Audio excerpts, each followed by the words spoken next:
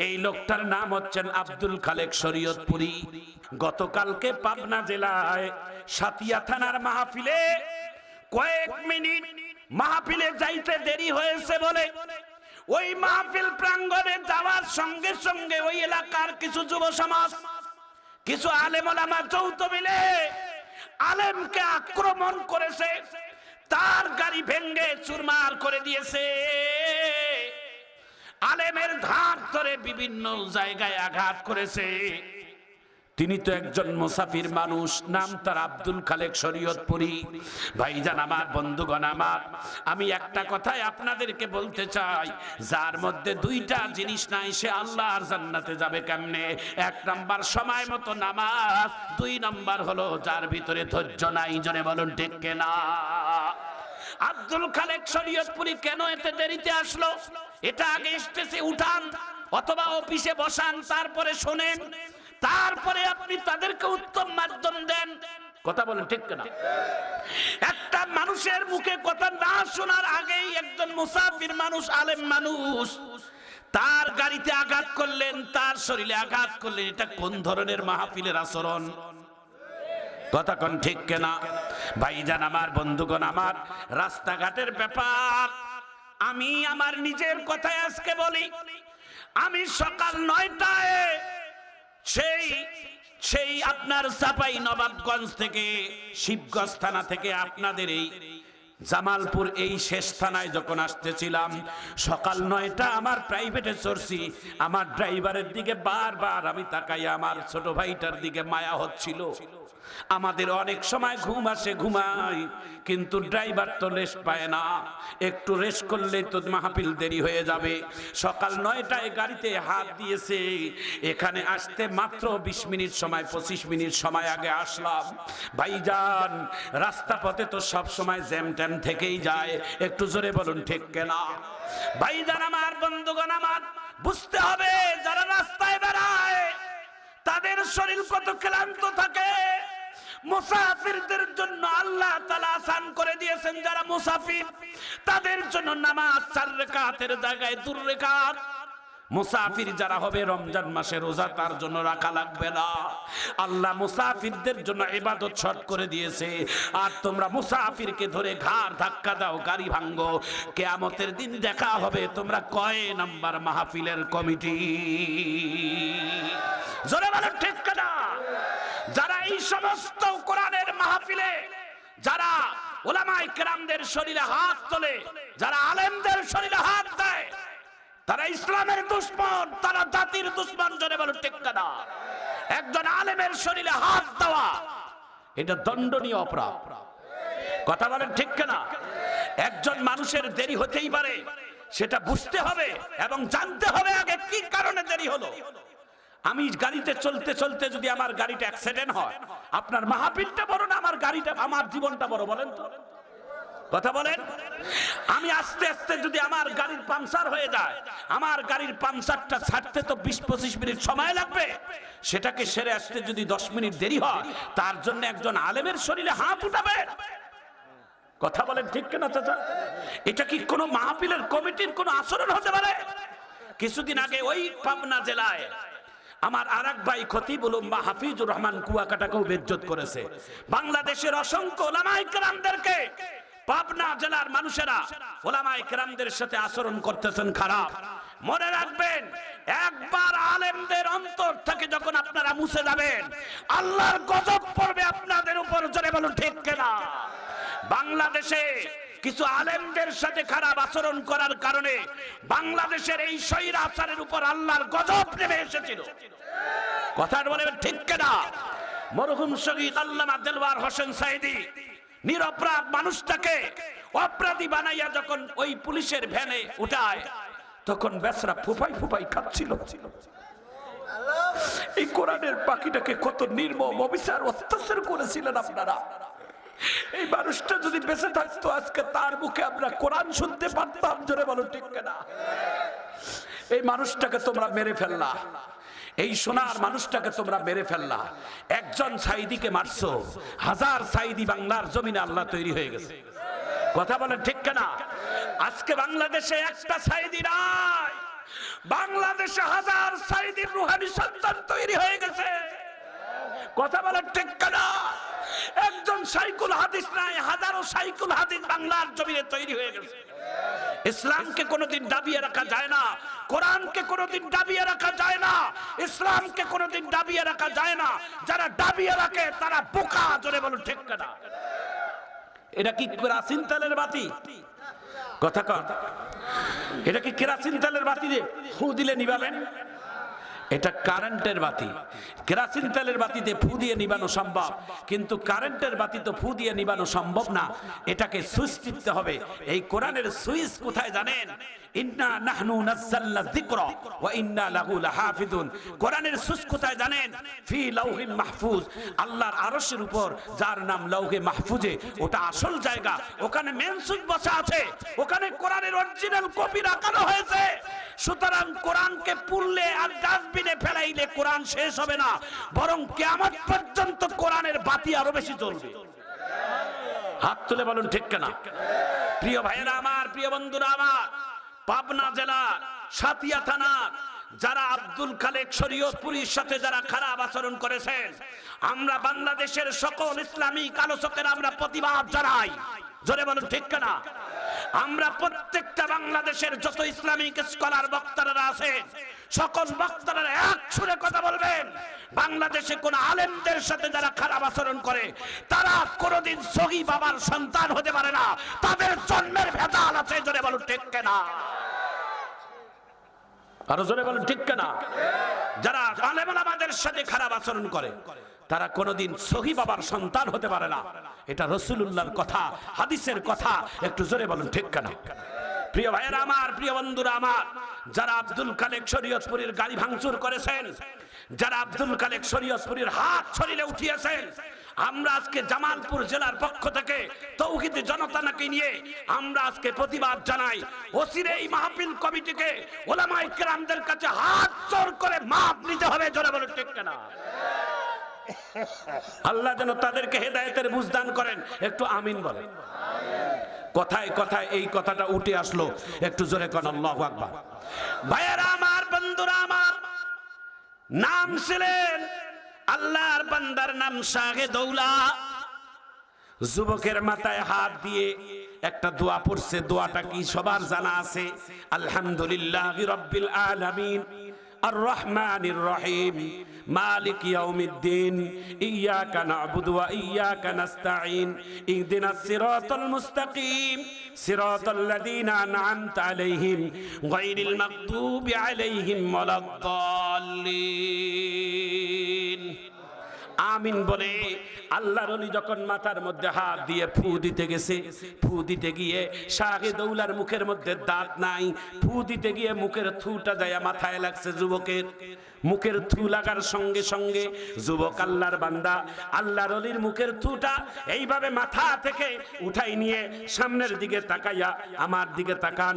একজন নায়েবে রাসূলের মুখের থু হাতের মধ্যে নিয়ে চোখের পানি ছেড়ে দেয় আর কান দিয়ে আর ডাক দিয়ে বলে, আল্লাহ,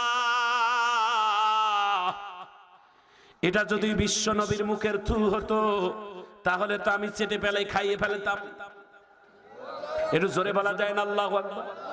আল্লাহ, এটা তো একজন নায়েবে রাসূলের মুখের থু, আমি জিহ্বা দিয়ে চাটিয়ে খাইয়া নিলাম। আল্লাহর বান্দা যুবক মুখের থুটা খাইয়ে ফেলছে আল্লাহর ওলি। রাত্রে বেলা যখন ঘুমাইতে গেছে, হঠাৎ করে তার অন্ধকার ঘর নূরের আলোতে ঝলমল ঝলমল করতেছে। গভীর রজনীতে আলোর জ্যোতি আর নূরের জ্যোতি দেখে যুবক লোকটা মায়াবী কণ্ঠে কে যেন ডাক দেয়, রে যুবক, তুই চোখ তুলে দেখ। দিনের বেলা একজন নায়েবে রাসূল, একজন আলেমের মুখের থু তুমি জিহ্বা দিয়ে চাটিয়ে খেয়ে ফেলছো। তুমি জানো তুই আলেমের মুখে চাটো নাই, আলেমের মুখের থু চাটো নাই, তুমি একজন নবীর মুখের থু তুমি চেটে ফেলছো। কারণ কিয়ামত পর্যন্ত যত আলেম পৃথিবীতে থাকবে, হক্কানি আলেম, তারা হচ্ছে আমার নায়েবে রাসূল। কারণ আমি নবী আর পৃথিবীতে আসবো না, কিয়ামত পর্যন্ত আমার ওয়ারিস হিসেবে কাজ করবে ওরাসাতুল আম্বিয়া। একটু জোরে কর আল্লাহু আকবার। আল্লাহর নবী এসে তার ঘরের মধ্যে মোলাকাত করছে, কপালে চুমা দিছে। সুবহানাল্লাহ জোরে বল। পাশের মধ্যে ছিলেন তার স্ত্রী। স্বপ্নে দেখার পর, স্বপ্ন ভেঙ্গার পরে কান্দে। স্ত্রী স্বপ্ন দেখার পর স্বামী কান্দে। স্ত্রী ডাক দিয়ে বলে, স্বামী আমার, ঘুম থেকে উঠে হাঁপাচ্ছেন কেন, কাঁদতেছেন কেন, শরীরে কপালে ঘাম কেন? আল্লাহু আকবার। বিশ্ব নবীর সাথে মুসাফা করা, মোলাকাত করা সবার তো ঈমান কুলাবে না, ঠিক কিনা বলে? কারোর সাথে কি, সবার সাথে কি আল্লাহর নবী হাত মিলাবে? যার সাথে মিলাবে হতে হবে। একটু জোরে বলুন, ঠিক কিনা? সবার সাথে কি আল্লাহর নবী হাত মিলাবে? আহা, একটা কথা সামনে খেয়াল পড়ে গেল, 2-4 মিনিটে যে বলাই লাগবে আপনাদেরকে। কারা কারা শুনবেন একটু হাত তুলে আগে আল্লাহু আকবার বলেন। হাত তোলেন, আগে হাত তোলেন, হাত তোলেন সবাই, 2 হাত উঁচু করে আল্লাহু আকবার বলেন। ভাইজান, এখানে আল্লাহর ওলি অনেকেই বসে আছে। আল্লাহর ওলি কিন্তু এইরকম জুব্বা জাব্বি দেখলেই যে আল্লাহর ওলি হয় তা না। একজন আল্লাহর ওলি রিকশা চালক, একটা চিরা কাপড়, একটা চিরা টুপি পরাও একটা মানুষ হতে পারে আল্লাহর ওলি। একটু জোরে বলুন, ঠিক কিনা? আল্লাহর ওলির চেহারা কি নতুন নতুন কাপড় আর এরকম জুব্বা দেখলে আল্লাহর ওলি বলা যাবে? আল্লাহর ওলি একজন ভ্যান চালকও হতে পারে। একজন ছোট্ট আল্লাহর ওলির ঘটনা আমি আপনাদেরকে বলে দেই। সম্ভবত সেই দিন আমার মাহফিলটা ছিল কুড়িগ্রাম জেলা, ধল্লা নদীর ওপারে। ইউটিউবে সার্চ দিলে দেখবেন কয়েক মিলিয়ন হয়ে গেছে এই ঘটনাটা বলার কারণে। আমি সেই ঘটনাটা আপনাদের কাছে বলতেছি, আপনারা দিল মন কান খুলে সে একটু শোনেন। একটু জোরে করেন আল্লাহু আকবার। মাহফিলটা ছিল ধল্লা নদীর ওপারে। নদীর এপারে আমার গাড়ি ব্রেক, নদীর ওপারে নৌকা দিয়ে পারি হয়ে গেলাম। গিয়ে শুনলাম যে বালুর ওপারে প্রায় 6 কিলোমিটার দূরে যাইয়া বলে মাহফিল, চর এলাকায়। কিছু কিছু মাহফিল আমাদের কলিজা ছিঁড়ে যায়, কথা বুঝছেন? কিন্তু আল্লাহর দিন কায়েমের জন্য এটা জিহ্বায় কামড় দিয়ে কাজ করি, কষ্টের কথা কাউকে বলি না। একটু জোরে কোন আল্লাহু আকবার। তো নদীর ওপারে যাইয়া দেখি একটা বাজার, একটা দোকান। দোকানের মধ্যে দেখা যায় একটা নতুন রিক্সা। তা দেখে একটা আত্মনিশ্বাস, একটা নিঃশ্বাস ছেড়ে বললাম আলহামদুলিল্লাহ, রিক্সা যেহেতু পাইছি, যা টাকা লাগে রিক্সাওয়ালাকে দিয়া মাহফিল পর্যন্ত যাওয়া যাবে। আল্লাহু আকবার। কিন্তু রিক্সাওয়ালার কাছে যায় দেখি রিক্সা আছে কিন্তু রিক্সাওয়ালা নাই। 2 মিনিট 3 মিনিট বসে আছি, নাই নাই নাই। হঠাৎ করে যেই দিক তেই দিক তাকাই কিন্তু রিক্সাওয়ালা পাই না। হঠাৎ করে দেখি আমার কানের মধ্যে ফাঁকা জায়গায় আল্লাহর জিকিরের আওয়াজ আসতেছে। একটু জোরে বলেন বাজান, কিসের আওয়াজ? জিকিরের আওয়াজ। লা ইলাহা, জোরে কর, লা ইলাহা। মিঠো মিঠো আওয়াজ আসতেছে আমার কানে। আমি বললাম, কিরে ভাই, কার আওয়াজ? জিকিরটা কই থেকে আসে? দেখতেছি নদীর ধারের নিচে, নদীর তীরে তার একটা রুমাল বিছাইয়া রিক্সাওয়ালা কেবলার দিকে হয়ে নামাজের সুরতে আল্লাহর জিকির করে। আল্লাহ আল্লাহ আল্লাহ আল্লাহ আল্লাহ আল্লাহ আল্লাহ আল্লাহ।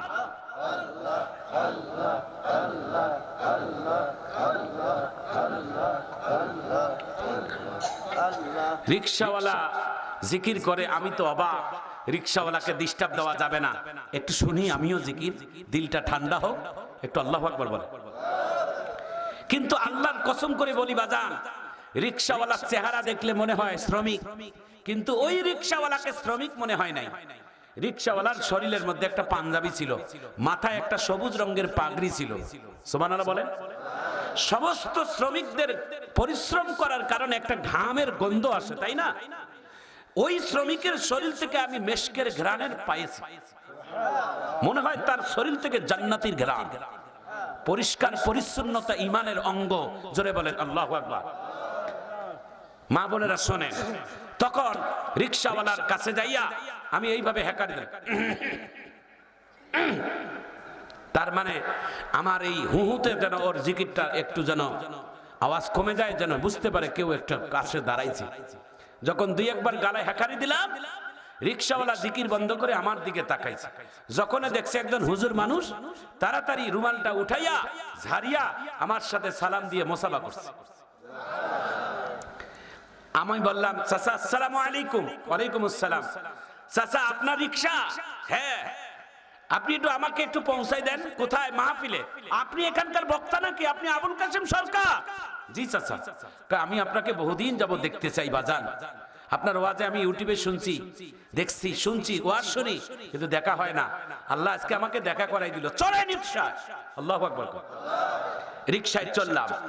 গ্রামের পরিবেশ হঠাৎ করে ভালো লাগে, শহরে থাকি তো, দুই ধারে নদী, মাঝখান দিয়ে রাস্তা, একেবারে মিটো মিটো সন্ধ্যায় যাচ্ছি রিকশায় চড়ে, কি সুন্দর প্রবল বাতাস, আর রোদও নাই আর ছায়াও, একেবারে সুন্দর সন্ধ্যা, একটা প্রতিকূল পরিবেশ।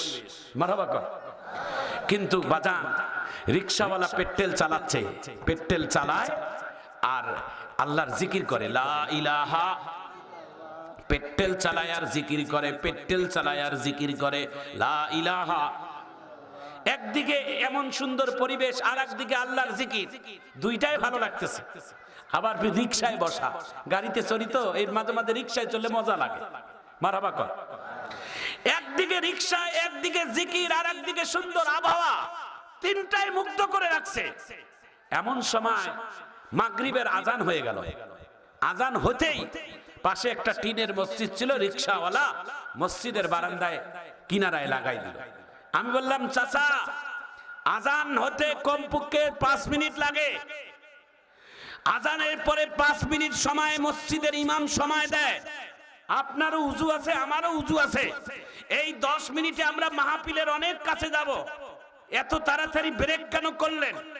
রিকশাওয়ালা দেখি চোখের পানি মোছে, আমাকে বলে, হযরত, আজকে 23 বছরের সাধনা মনে হয় আপনি নষ্ট করবেন আমার।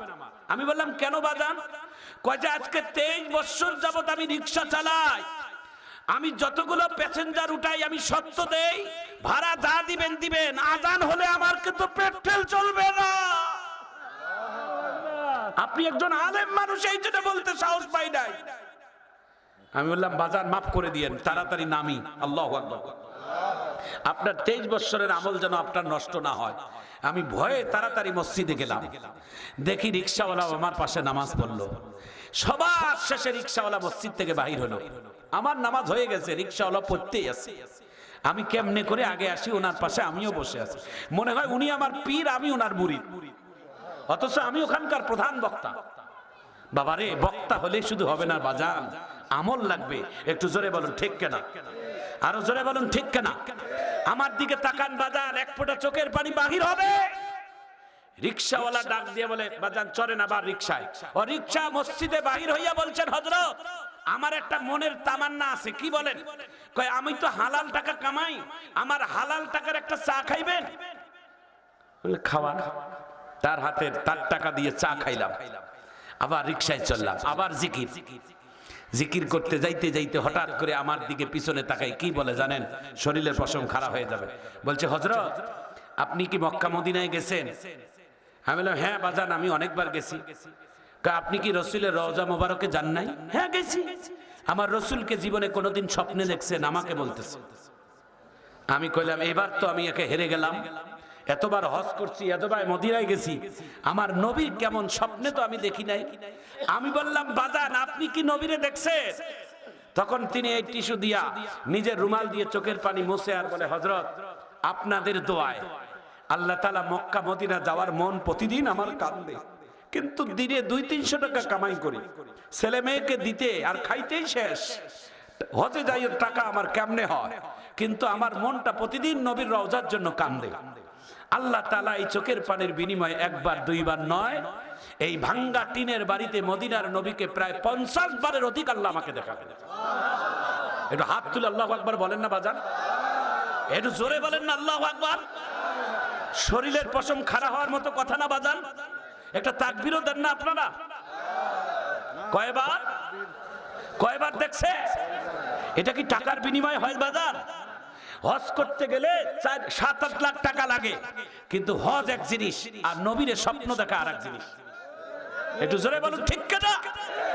রিকশাওয়ালা যখন এই কথাটা বলছে বাজার, যে আমি 50 বারের অধিক আমার নবীরে আমি স্বপ্নে দেখছি, আমি আবুল কাসেম সরকার রিকশা থেকে লাফ দিয়ে নিচের মধ্যে নেমে বলছি, বাজার, আপনার রিকশায় আমি চড়তে পারবো না, আপনার রিকশার প্যাসেঞ্জার হওয়ার যোগ্যতা আমার নাই। বলে, কেন? বলে, আপনি রিকশাওয়ালা আমার নবীরে 50 বার দেখছে, আর আমি আন্তর্জাতিক বক্তা, জীবনে অনেকবার হজ গেছি, আল্লাহর নবীর একবারও দেখি নাই। সুতরাং আপনি রিকশায় চড়েন, আমি চালাই। আল্লাহু আকবার। রিকশাওয়ালা ডাক দিয়ে বলে, বাজান, পাগলামি করিয়েন না, আপনি আলেম মানুষ, আবার চড়েন, আবার কিছু কথা আছে। একটু হাত তুলে আল্লাহু আকবার কর। রিকশাওয়ালার কাছে আবার চললাম, আবার জিকির চলতেছে, আবার কিনারায় চলে গেল।